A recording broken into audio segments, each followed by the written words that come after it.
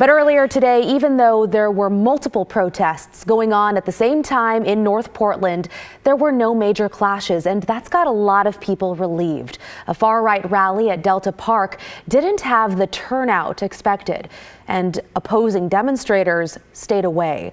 We've got the rundown on both demonstrations. We begin with Kyle Leboshi.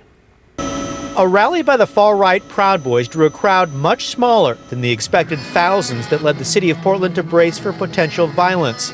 Several hundred people, many with flags, guns, and bulletproof vests, gathered at Delta Park.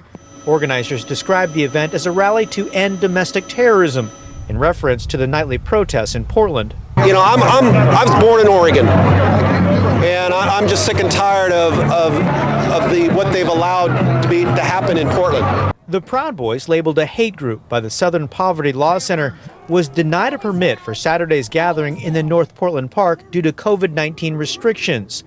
But they met anyway for 2 hours of speeches in support of President Trump and against Antifa. I'm down, like I said, to sit down at a table with those guys and have a conversation. Look, I don't come out here with hate in my heart. I come out here hoping that we can spread a message of positivity and hang out. Like, I'd love to be able to sit down and find commonality with those guys. But, you know, it's right now they seem to be a lot more violent. Fearing possible clashes between the far-right rally and opposing demonstrators, Oregon's governor declared a state of emergency and ordered Oregon State Police and Multnomah County Sheriff's Office take command.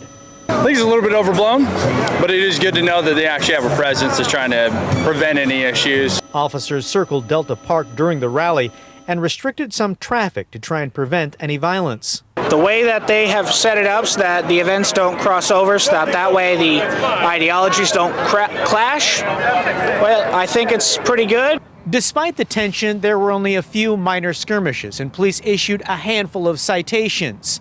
The violent clashes that many feared here in Portland just didn't happen. Kyle Leboshi, KGW News. Portland police say officers did stop a pickup truck that was leaving Delta Park.